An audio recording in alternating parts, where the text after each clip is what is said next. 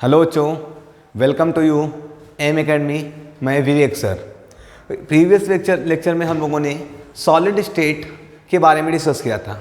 Means solid क्या होते हैं, उनकी क्या क्या प्रॉपर्टीज होती हैं और क्लासिफिकेशन के बारे में हम लोगों ने डिस्कस किया था। आज हम लोग उसी के आगे कंटिन्यू डिस्कस करेंगे, ठीक है। तो ओके, आगे स्टार्ट करते हैं हम लोग। Second topic is that chapter name जैसे आपको पता है बेटा, कौन सा नेम है हमारे पास, सॉलिड स्टेट, ठीक है। आगे डिस्कस करते हैं। सबसे पहला अगला टॉपिक आता है हमारे पास ब्रेविस लैक्टिस। ब्रेविस लैक्टिस क्या होती है? ब्रेविस लैक्टिस के द्वारा हम लोग क्या करते हैं, किसी भी कंपोनेंट का या फिर क्रिस्टल स्ट्रक्चर का क्या निकालते हैं, हम लोग स्ट्रक्चर डिफाइन करते हैं। स्ट्रक्चर कैसे डिफाइन करते हैं, इन सब के बारे में हम लोग डिस्कस करेंगे। स्टार्ट करते हैं भैया।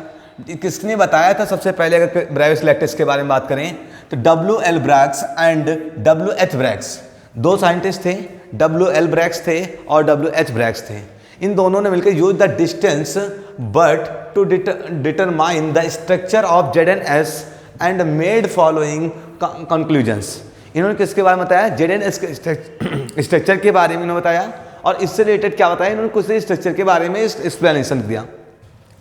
एक्सप्लेनेशन क्या, किसके देखो, the law of the reflection can be applied to the X-ray diffracted from the atoms in successive crystal planes।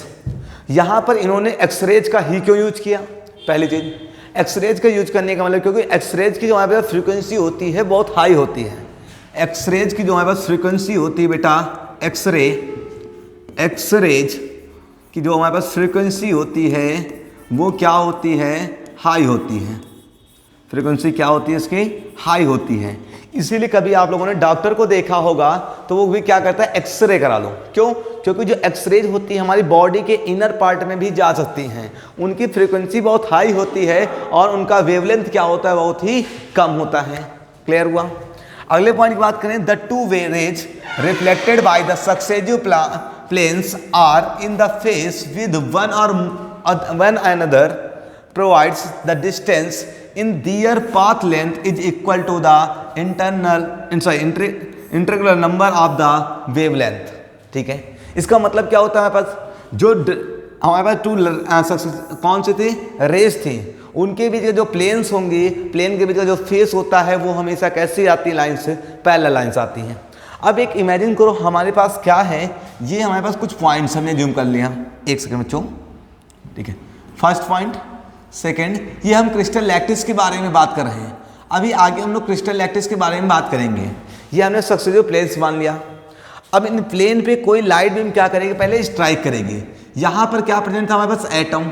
जब कोई लाइट बीम यहाँ से इस पर स्ट्राइक करेगी एटम से तो रिफ्लेक्ट हो जाएगी इन द सेम मीडियम। तो उसी मीडियम में क्या हो जाएगी बेटा, रिफ्लेक्ट हो जाएगी। क्लियर हुआ?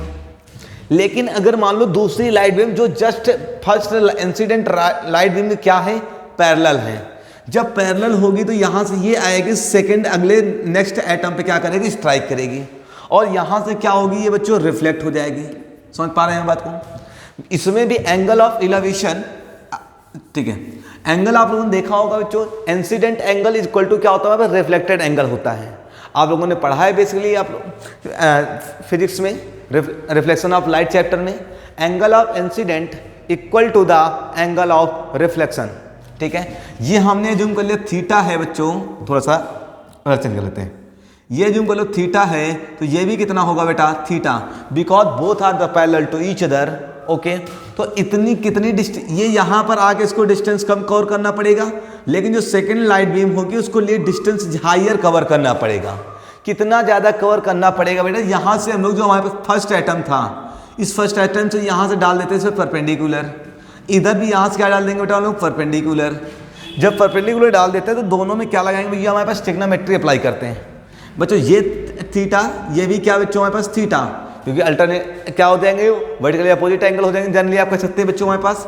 तो ये थीटा, ये थीटा, तो एक ये इतना अगर हम बात करें कौन सा, ए जेड और कौन सा बी, इस ट्रायंगल की बात करते हैं, ए जेड बी, ए जेड बी। अगर आप इस ट्रायंगल में देखेंगे ए जेड बी में, तो ए जेड बी को हमने अलग कर लिया, ये क्या हमने जूम कर लिया था, थीटा। तो अब सुनो बच्चों, थीटा इक्वल टू एक फार्मूला होता है हमारे पास, साइन थीटा अगर आप इसमें लगाना चाहेंगे तो साइन थीटा इक्वल टू होता है परपेंडिकुलर अपॉन बेस। क्या होता है, perpendicular upon base, sorry perpendicular upon hypotenuse. P Y क्या होता है बेटा हमारे पास एच, ठीक है। तो परपेंडिकुलर अपॉन हाइपोटेनियस होता है, परपेंडिकुलर कितना होगा, जो एंगल होगा उसके सामने वाली साइड कौन सा होगा बेटा हमारे पास, ए बी। तो लिखेंगे क्या बेटा, ए बी।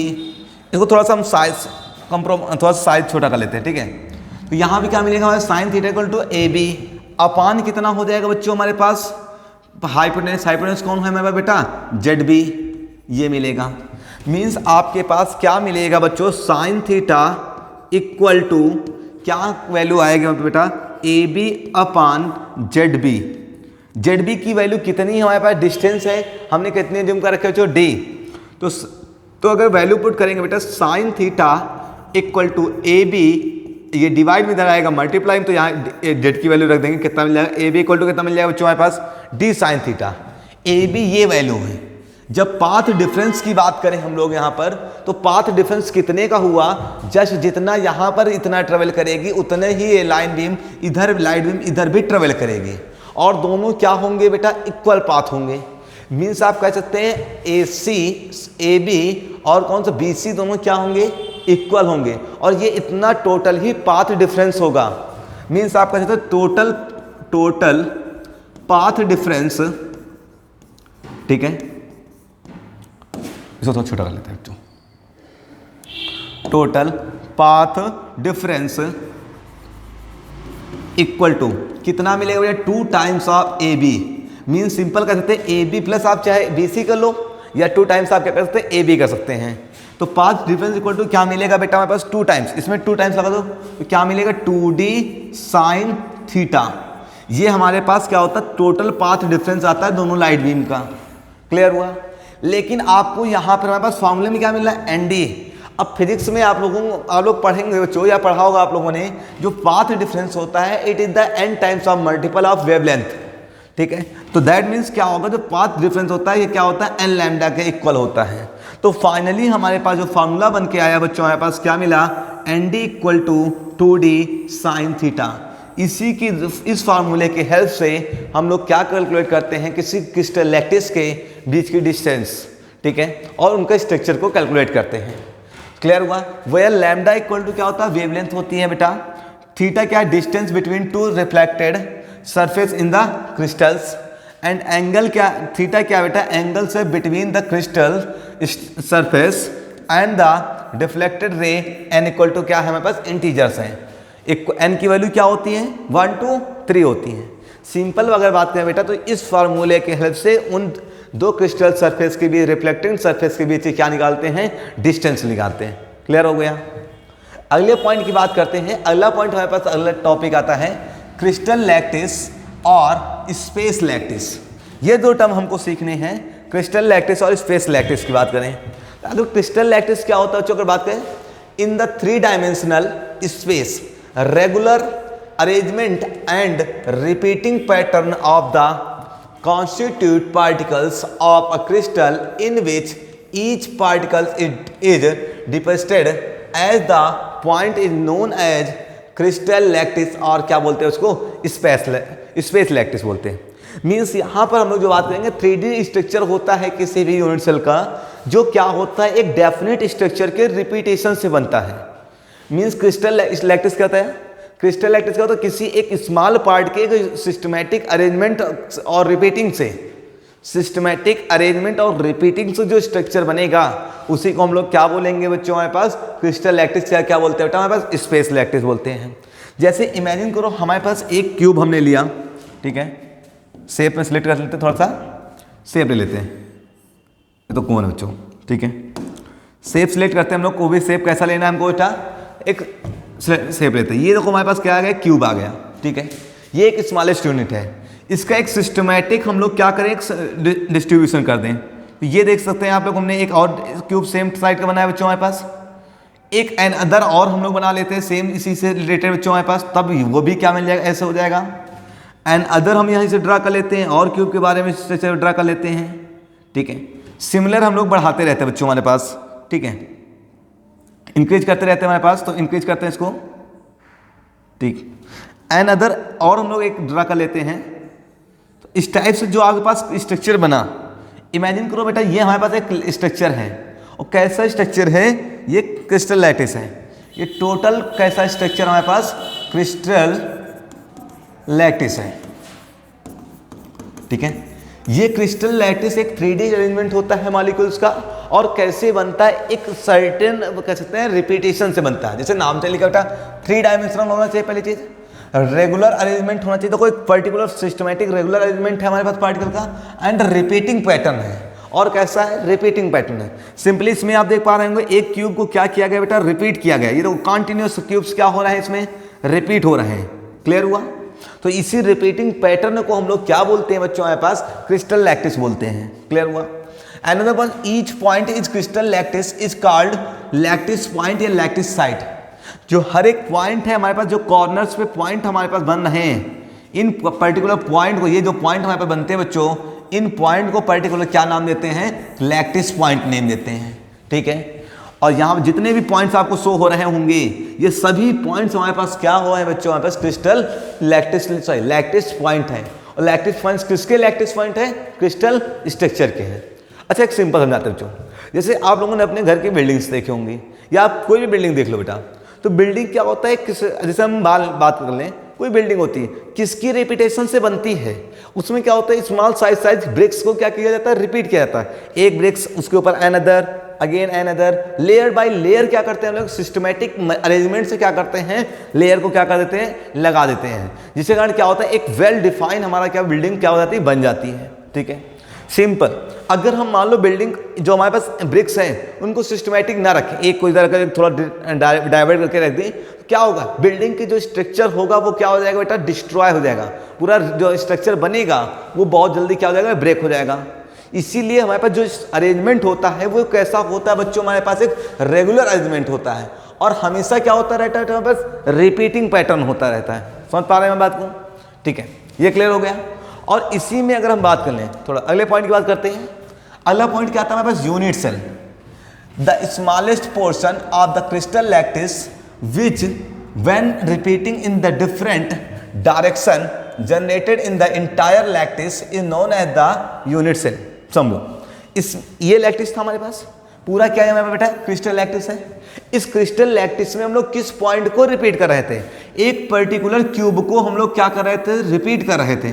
क्यूब को लोग क्यूबाइड कह सकते हैं आप बच्चों, बेसिकली क्यूबाइड शेप पे है। पर्टिकुलर क्यूब या क्यूबाइड को हम लोग क्या कर रहे थे, रिपीट कर रहे थे। तो जिस स्मॉलेस्ट पार्ट को रिपीट किया जाएगा, उसी स्मॉलेस्ट पार्ट को, रिपीटेशन वाले पार्ट को क्या नाम देते हैं हम लोग बेटा, यूनिट सेल नेम देते हैं। क्लियर हो जाएगा? मतलब the smallest unit by which repetition total entire structure is formed, that is called unit cell. Simple example में, जैसे ब्रिक्स हमारी बिल्डिंग था, बिल्डिंग में किसकी रिपीटेशन हो रही थी बच्चों, ब्रिक्स की। तो ब्रिक्स हमारे पास क्या हुआ बच्चों, हमारे पास सिंपल वो हमारे पास यूनिट सेल हो जाएगा विद द रिस्पेक्ट ऑफ इसके बिल्डिंग। बट यहां पर हम लोग बात करेंगे तो एक पूरा टोटल क्या क्रिस्टल लैटिस है। इस क्रिस्टल लैटिस में क्या होगा, एक पर्टिकुलर सेल होगा, या कह सकते हैं पर्टिकुलर कोई पार्ट होगा जिसकी रिपीटेशन हुई होगी। तो उस रिपीटेटेड पार्ट को हम लोग क्या बोलते हैं बच्चों, हमारे पास यहाँ पर यूनिट सेल नेम देते हैं। क्लियर हो जाएगा? अब बात करते हैं हम लोग टाइप्स ऑफ यूनिट सेल की बात कर लेते हैं। तो ये यूनिट सेल हो गया। अगली बात करते हैं parameters of unit cell. Unit cell में कौन कौन से पैरामीटर्स होते हैं?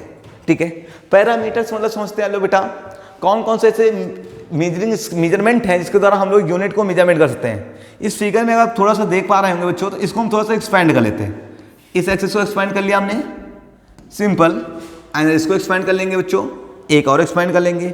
ये एक्स एक्सिस को कंसीडर कर लेंगे, इसको वाई एक्सिस कंसीडर कर लेंगे, इसको हम लोग कौन सा, जेड एक्सिस कंसीडर कर लेंगे। तो एक्स एक्सिस पे जितनी डिस्टेंस कवर होगी, ठीक है, जैसे एज्यूम करो यहां से यहां तक हमने डिस्टेंस कवर की, तो ये हमारे पास कहलाएगा बेटा ए।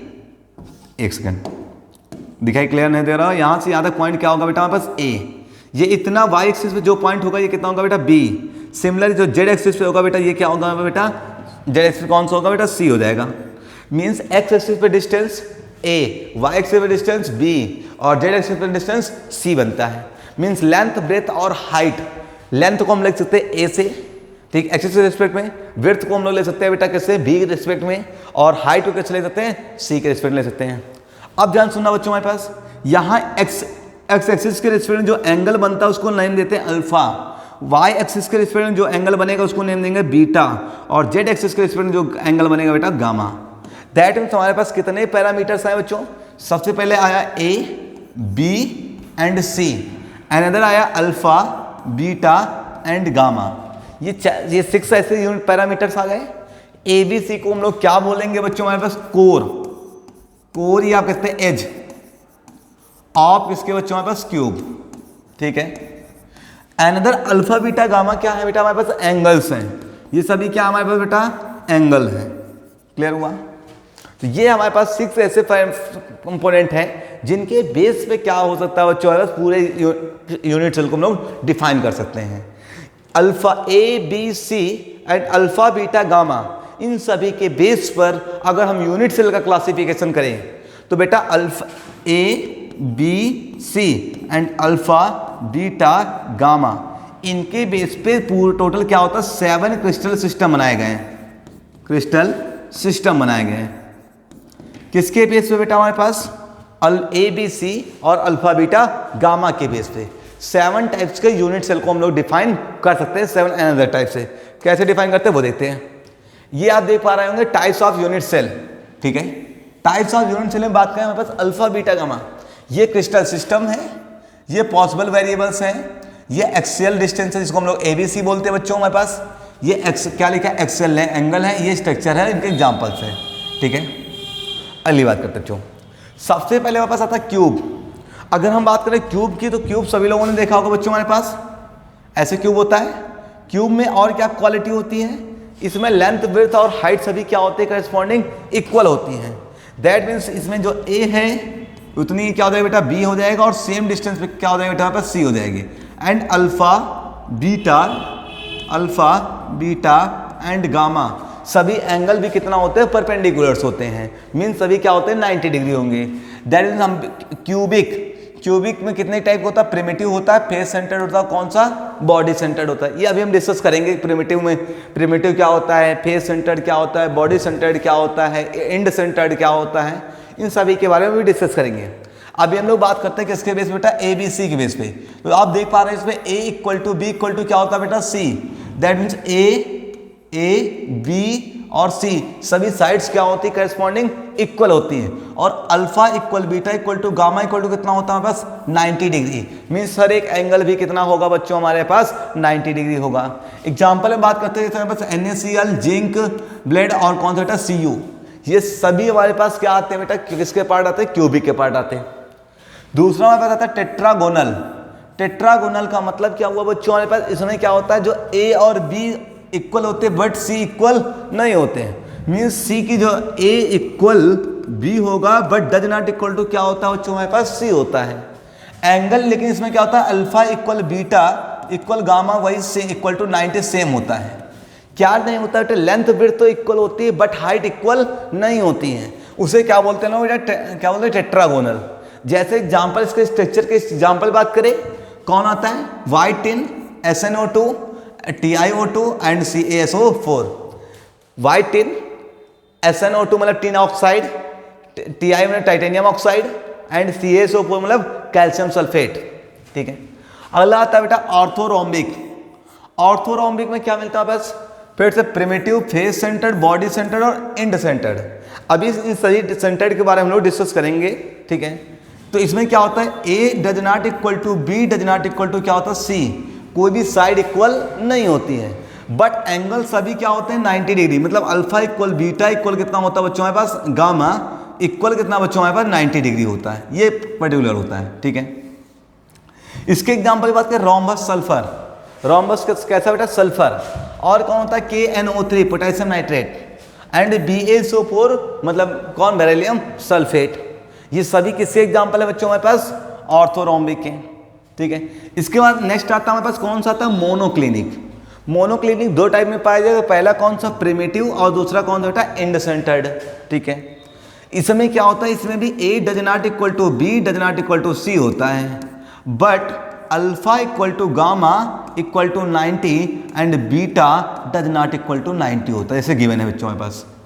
एग्जाम्पल की बात करें, मोनोक्लिनिक सल्फर मीन्स केवल sulphur and Na2SO4 dot NH2 sodium sulphate Deka hydrate ये कैसे एग्जाम्पल बेटा हमारे पास मोनोक्लिनिक के।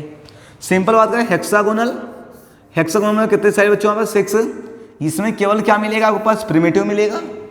इसमें क्या होता है ए इक्वल बी होता है but does not equal to क्या होता है सी, मीन्स लेंथ और ब्रेथ तो इक्वल होती है लेकिन हाइट इक्वल नहीं होती है। एंगल की बात करें तो एंगल क्या होता है अल्फा इक्वल बीटा इक्वल कितना बच्चों 90 but gamma equal to 120 degree होता है। एग्जाम्पल की बात करें जैसे आपने पढ़ा होगा ग्रेफाइट का स्ट्रक्चर देखा होगा बच्चों, ग्रेफाइट का जो मॉडर्न एंगल बनता है कितना बच्चों होता है 120 होता है इसमें गामा की वैल्यू। ग्रेफाइट और कौन ZnO और CdS, जिंक सल्फाइड और कैडियम सल्फाइड, जिंक ऑक्साइड। ओके अगला आता है बेटा तो कौन सा है ट्राइगोनल, कौन सा बेटा आपके पास ट्राइगोनल। ट्राइगोनल में केवल क्या मिलता है आपके पास बच्चों प्रिमिटिव मिलता है। इसमें क्या होता है बी ए इक्वल बी इक्वल क्या होता है सी होता है, मीन तीनों साइड्स क्या होती है इक्वल होती है बट डिफरेंस क्या होता है बेटा alpha equal beta equal gamma तो होता है लेकिन सभी 90 नहीं होते हैं। अगर बच्चों अभी जस्ट याद करो अगर टोटल इक्वल 90 आ जाए तब कैसा होगा हमारे पास वो क्यूबिक का पार्ट होगा। इसमें जैसे हमारे पास कौन आता है कैल्साइट जिसको CaCO3 कहते हैं लोग बच्चों। दूसरा कौन है बच्चों HgS मर्क्यूरिक सल्फाइड, ठीक है जिसको कैनिवार बोलते हैं हम लोग बेटा। अगली बात करें हमारे पास कौन सा आता है ट्राइक्लिनिक। अगर हम ट्राइक्लिनिक की बात करें ट्राइक्लिनिक में क्या होता है हमारे पास ये केवल कैसा देता है प्रिमिटिव गिवन देता है और क्या होता है A does not equal to B does not equal to C, means A does not equal to B does not equal to C but alpha also does not equal beta does not equal to gamma और does not equal to कितना बच्चों हमारे पास 90, means कोई भी angle equal नहीं होता है। Example बात करें जैसे CuSO4 कॉपर सल्फेट डॉट कितना बेटा 5H2O, क्योंकि कॉपर सल्फेट केवल आप नहीं ले सकते बच्चों हमारे पास, ठीक है। इसके बाद बात करें हमारे पास H3BO3 ऑर्थोबोरिक एसिड, ठीक है। इस टाइप से हम लोग K2Cr2O7 K2Cr2O7 पोटेशियम डाइक्रोमेट, ये सभी कंपाउंड कैसे होंगे बच्चों हमारे पास ट्राइक्लिनिक। ट्राइक्लिनिक में ना तो कोई साइड इक्वल होती है ना ही कोई एंगल इक्वल होता है। क्लियर हो गया। ये 7 क्रिस्टल सिस्टम्स होते हैं on the base of parameters of unit cell. Unit cell में कौन कौन से आते थे हमारे पास पैरामीटर्स में alpha beta gamma and A B and C। Clear हुआ। इन सभी के बेस पे अगर हम बात करें अब अगले तो अभी आपको एक चीज हमने और नहीं बताया तो कौन सा प्रिमिटिव फेस सेंटर्ड और बॉडी सेंटर्ड, तो इन सभी के बारे में डिस्कस करते हैं हम लोग, ठीक है। सबसे पहले कौन सा आता है बेटा हमारे पास प्रिमिटिव। सबसे पहले बात करते हैं प्रिमिटिव। प्रिमिटिव क्या होता है बच्चों कि प्रिमिटिव क्यूबिक सेल, ठीक है प्रिमिटिव क्यूबिक, ठीक है। प्रिमिटिव में क्या होता है हमारे पास यहाँ जितनी बात करेंगे हेक्सागोनल मतलब कह सकते हैं हम लोग 8 साइड की बात करेंगे, ठीक है। मीन्स सिंपल बात करें तो हमारे पास क्यूबिक के बात करेंगे। प्रिमिटिव का अगर स्ट्रक्चर हम बात करें थोड़ा सा एक क्यूब बना लेते हैं हम बड़ा सा। इस क्यूब में अगर हमारे पास जो एटम्स होते हैं ओनली कहाँ डिस्ट्रीब्यूटेड होते हैं बच्चों हमारे पास कितने कॉर्नर्स होते हैं हमारे पास। अगर कोई पूछे कोई क्यूब की बात कर ले थोड़ा सा ध्यान सुनो, ये हमने एक क्यूब बनाया बच्चों, ठीक है। इस क्यूब में हमारे पास कितनी साइड्स होती है, सबसे इंपॉर्टेंट टर्म्स साइड कितनी होती है बच्चों हमारे पास क्यूब में सबको पता होना चाहिए कितने 1 2 3 मिला कितने साइड होंगे बेटा हमारे पास 12 साइड्स दे देंगे, ठीक है। अगर हम बात करें फेस कितनी होती है बच्चों हमारे पास, फेस कितनी होती है 6 होते हैं। कॉर्नर कितने होते हैं बेटा हमारे पास, कॉर्नर की वैल्यू हमारे पास कितनी होती है बच्चों हमारे पास 8 कॉर्नर्स होते हैं। जैसे कोई बॉक्स ले लो या आप अपने कमरे को ही एज्यूम कर लो, उसमें क्या होगा top bottom left right and कौन फ्रंट बैक कोई मिला 6 फेसेस हो जाएंगे एंड 6 कॉर्नर्स हो जाएंगे बच्चों हमारे पास, ठीक है। 8 कॉर्नर्स हो जाएंगे। कैसे 8 कॉर्नर्स हो पाएंगे हमारे बच्चों, जैसे इसमें देख पा रहे होंगे ये हम कॉर्नर्स को मेंशन कर रहे हैं बच्चों, इसमें कितने कॉर्नर्स हो गए बेटा 8 कॉर्नर्स, ठीक है। तो प्रिमिटिव में क्या होता है जो एटम्स की पोजीशन होती है ओनली इट्स कॉर्नर होती हैं। मीन सिंपल कह सकते हैं atoms are only placed at कहाँ बच्चों हमारे पास कॉर्नर्स, ठीक है। एटम कहाँ प्रेजेंट होता है ओनली कॉर्नर्स पर प्रेजेंट होता है। अगर एटम ओनली कॉर्नर्स पर प्रेजेंट है तब वो कैसा बेटा हमारे पास प्रिमिटिव है या फिर उसी को हम लोग बोल देते हैं क्या नाम देते हैं बेटा सिंपल क्यूबिक सेल, ठीक है। ये यूनिट सेल का ही टाइप है बच्चों, ठीक है। कौन सा हमारे बच्चों? प्रिमिटिव, याद हो गया। Only atoms are arrange on the corners of cube that is called primitive. Okay, next की बात करते हैं। प्रिमिटिव के बाद हमने बताया था इंड सेंटर्ड, तो देख ही लेते हैं थोड़ा सा। ये देखो, अच्छा प्रिमिटिव, अभी इसका स्ट्रक्चर थोड़ा हम डिस्प्लेन करेंगे। Primitive unit cell when constituent particles are present only the corner, और किसके corner? Position of the unit cell. Unit cell के कहां पे हो? केवल बेटा कॉर्नर्स पे होते हैं। Then unit cell is called primitive unit cell, या भी इसका दूसरा नाम हम लोग कह सकते हैं सिंपल यूनिट सेल भी नेम दे सकते हैं। क्लियर हो जाएगा। सेकंड हमारे पास आता है कौन सा बच्चों? हमारे पास centred, centred cubic unit cell. Centred cubic में क्या होता है बेटा? बस देखो, when a unit cell contain one और more constitute particles present at position other than corners, means हमारे पास अगर किसी यूनिट सेल में कॉर्नर के एक्स्ट्रा अदर भी कहीं पर क्या आ जाए बेटा? हमारे पास एटम्स प्रेजेंट हो जाएं, तो उसे हम लोग क्या बोल देंगे बच्चों? Known as centred unit cell. Means corner के एक्स्ट्रा अदर भी कहीं पे आ जाए। अदर कहाँ कहाँ आ सकते हैं बेटा हमारे पास? या तो फेस पे आएंगे, या फिर कहाँ जाएंगे? सेंटर पे जाएंगे, या फिर किसी एज के, जो हमारे पास एज होती है, साइड होती है, उनके मिड पॉइंट पे जाएंगे। क्लियर? ये हमारे पास 3 टाइप्स होता है। पहला होता है body centred cubic unit cell बच्चों, दूसरा हमारे पास होता है face centred cubic unit cell, और तीसरा क्या होता है बेटा? End centred cubic unit cell. Means centred को हम लोग कितने पार्ट में डिवाइड कर सकते हैं? 3 पार्ट में। कौन कौन से 3 पार्ट हमारे पास? सबसे पहला बॉडी सेंटर्ड, दूसरा फेस सेंटर्ड, तीसरा कौन सा है बेटा? इंड सेंटर्ड होता है। अब हम बात करेंगे 1 बाय 1। सबसे पहले बॉडी सेंटर्ड क्या होता है? बॉडी सेंटर्ड में क्या लिखा? In addition to the particles at the corner there is only one particle is present at the centre of body. कहां पे प्रेजेंट होता है बेटा? सेंटर ऑफ बॉडी पर प्रेजेंट होता है। चलो हम स्ट्रक्चर दिखाते हैं बच्चों। एक सिंपल हम पहले स्ट्रक्चर बना लेते हैं प्रिमिटिव के लिए, ठीक है। ये एक हमने क्यूब बनाया, ठीक है। इसमें जो एटम है वो केवल कहां प्रेजेंट होता है बच्चों? हमारे पास ओनली कॉर्नर्स पे प्रेजेंट हो। ओनली कहां प्रेजेंट हो बच्चों? हमारे पास कॉर्नर पे प्रेजेंट हो। ये देखो आप, कितने कॉर्नर्स हो गए? 8 कॉर्नर पे प्रेजेंट हो गए। इसका मतलब है कैसा हो गया बेटा? हमारे पास सिंपल मिल गया हमारे पास, सिंपल या प्रिमिटिव बोल सकते हैं।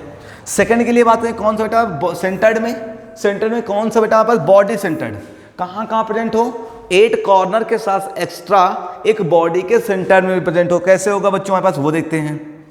देखो, हमने एक स्ट्रक्चर ड्रा किया क्यूब, इसमें हम पहले कॉर्नर पोजिशन ले लेते हैं। ये corner, another corner, 4, 5, 6, 7 and 8 corner पे तो हमने पोजीशन दे दी एटम्स की, लेकिन क्वेश्चन में करा बेटा कहाँ हो दोस्त? सेंटर ऑफ द बॉडी भी हो। मीन्स बॉडी के कहाँ हो बेटा? पूरे सेंटर में हो। एक एटम पूरा कहाँ हो? सेंटर पर प्रेजेंट हो। तब वो हमारे पास कैसा होगा बच्चों? हमारे पास इसका नाम हो जाएगा बॉडी सेंटर्ड हो जाएगा, बॉडी सेंटर्ड, ठीक है। अनदर बात करते हैं हमारे पास फेस सेंटर्ड। अभी जस्ट हमने बताया था हाउ मेनी फेसेस? 6 फेसेस, ठीक है। कौन से 6? Top, bottom, left, right, front, back, okay, ठीक है। तो अनदर हम लोग बनाते हैं बेटा क्यूब, ठीक है। एक क्यूब हमने ये ड्रा किया। इस क्यूब में कितनी फेसेस होते? 6। अब ध्यान सुनो बच्चों, हमारे पास एटम सबसे पहले कहाँ पोजीशन होगी बच्चों? हमारे पास कॉर्नर्स पे। कितने कॉर्नर्स होते हैं बच्चों हमारे पास? 8, पर्टिकुलर 8 कॉर्नर पे। 1, 2, 3, 4, 5, 6, 7 एंड कहाँ होगा बेटा? 8। और हमारे पास कहाँ होगा? फेस सेंटर्ड में। ध्यान सुना बच्चों, नाम क्या बेटा हमारे पास? Face centred. तो कितनी फेसेस होती है हमारे पास? 6 फेसेस होती है। तो कॉर्नर के एक्स्ट्रा कहाँ मिलेगा? फेस पे मिलेगा। तो चलो हम लोग फेस पे बना के दिखाते हैं बच्चों को आपको। पहले हमने सबसे टॉप के लिए बताया, टॉप। उसका सबसे लेफ्ट के लिए, इसके लिए हमने लिख दिया 1 पॉइंट। एक सबसे राइट के लिए हमने शो कर दिया बच्चों, ठीक है। तो कितने हो गए? 3 हो गए। अभी सीधे बॉटम के लिए हम लोग रिपेयर कर लेते हैं। अभी 2 बाकी रह गए, एक फ्रंट एक बैक। एक सबसे ये फ्रंट के लिए हम बताने जा रहे हैं बच्चों, ठीक है। इस फ्रंट के लिए बात करें तो हमने ये यहाँ ड्रा कर लिया। एक कौन सा होगा हमारे बेटा? इसका जस्ट बैक साइड होगा। बैक साइड के लिए हमने ये ड्रा कर लिया। टोटल मिला कितने हो गए बेटा? 6 फेजेस पे भी हो गए। क्लियर हुआ? मीन्स हमारे पास कहाँ कहाँ है बच्चों प्रेजेंट, 8 कॉर्नर। फेस सेंटर में क्या होता है, atoms with present only 8 corners as well as its 6 faces. Last को हमारे पास कौन सा आता है बेटा, हमारे पास इंड सेंटर्ड। इंड सेंटर्ड के लिए भी देख लेते हैं बच्चों लोग थोड़ा सा। इंड सेंटर में क्या मिलेगा बच्चों हमारे पास, देखो इंड सेंटर में जस्ट इसी के सेम टाइप में इसमें क्या होगा बच्चों, इसमें एनी 2 अपोजिट फेसेस पर भी होता है। 8 कॉर्नर पे तो डिस्ट्रीब्यूट होगा एटम, बट उसके साथ साथ कहाँ होगा, any 2 opposite faces. Opposite faces को मैं समझते हैं, अगर एक टॉप लेते दूसरा कहाँ होगा बेटा, बॉटम। एक फ्रंट लेते दूसरा कहाँ होगा, बैक। अगर एक लेफ्ट लेते दूसरा कहाँ हो जाएगा बच्चों हमारे पास, राइट हो जाएगा। तो चलो इसमें एटम प्रेजेंट करते हैं बच्चों हमारे पास। फर्स्ट एटम प्रेजेंट करते हैं, 1 2 3 4 5 6 7 8 कॉर्नर प्रेजेंट कर दिया आइटम्स को। अब बात करते हैं बेटा हमारे पास any 2 opposite faces. Opposite faces का मतलब क्या हुआ है, अगर एक कहाँ लेते हैं बच्चों लोग, टॉप पे लेते हैं, तो दूसरा आइटम कहाँ प्रेजेंट होगा, सिंपल बात है कहाँ होगा बच्चों, बैक पे होगा, सॉरी बॉटम पे होगा। तो इस टाइप से हमारे पास कौन सा पार्ट आ जाता है बच्चों, हमारे पास लास्ट वाला कौन सा जाता है, इंड सेंटर्ड। क्लियर हो गया, आई होप दैट सबको समझ में आ गया होगा यूनिट सेल। सबसे पहले अगर एक मिनट देख लें बच्चों, सबसे पहले हमने क्या कराया बच्चों, रिवाइज कराया। सबसे पहले हमने ब्रैग्स इक्वेशन बताई। ब्रैग्स इक्वेशन से क्या निकालते थे बच्चों हम लोग, पाथ डिस्टेंस निकालते थे कि कोई कितनी एक सरफेस रिफ्लेक्टिंग लेयर और दूसरी रिफ्लेक्टिंग लेयर के बीच की डिस्टेंस कितनी है। फिर हमने आपको पढ़ाया बच्चों crystal lactis and space lactis के बारे में। आफ्टर दैट हमने बताया बच्चों को उसको यूनिट सेल। यूनिट सेल क्या क्या होते हैं हमारे पास, कैसे होते हैं बेटा, कितने टाइप होते हैं, पैरामीटर्स की बात की। पैरामीटर में कौन आया हमारे पास, A B C and alpha beta and gamma आया। सिंपल इसके बाद हमने डिस्कस किया बच्चों, किसके बाद डिस्कस किया, types of unit cell. Types of unit cell में किसके बारे में डिस्कस किया, primitive unit cell, centred. Centred के हमने कितने पार्ट बताए थे बच्चों, सेंटर्ड के 3 पार्ट बताया। कौन कौन से, body centred, body centred, face centred and inter centred. Face में क्या होता था बच्चों हमारे पास, उससे पहले प्रिमिटिव में क्या होता था, ओनली 8 कॉर्नर्स प्रेजेंट होते थे। उसके बाद आया हमारे पास बॉडी सेंटर्ड। बॉडी सेंटर्ड में क्या होता था, जो एटम्स होते थे कॉर्नर के साथ साथ कहाँ होते थे बेटा, बॉडी के सेंटर में भी होता था। उसके बाद आता था हमारे पास कौन सा, फेस सेंटर्ड। फेस सेंटर में क्या होता है, 8 कॉर्नर्स और प्लस कहाँ 6 फेसेज। आफ्टर दैट हमने डिस्कस किया बेटा किसकी, इंड सेंटर्ड। इंड सेंटर में क्या होता है, 8 faces as well as any 2 opposite faces. ठीक है, इसके बाद नेक्स्ट हमने बताया था अल्फा बीटा गामा के बेस पे कितने बेटा, 7 टाइप का सिस्टम। कौन कौन से बेटा हमारे पास, cubic, tetragonal, orthorhombic, monoclinic, hexagonal, trigonal and triclinic. इस टाइप से हमारे पास 7 टाइप के क्रिस्टल सिस्टम्स का फॉर्मेशन होता है। क्लियर हुआ, थैंक यू।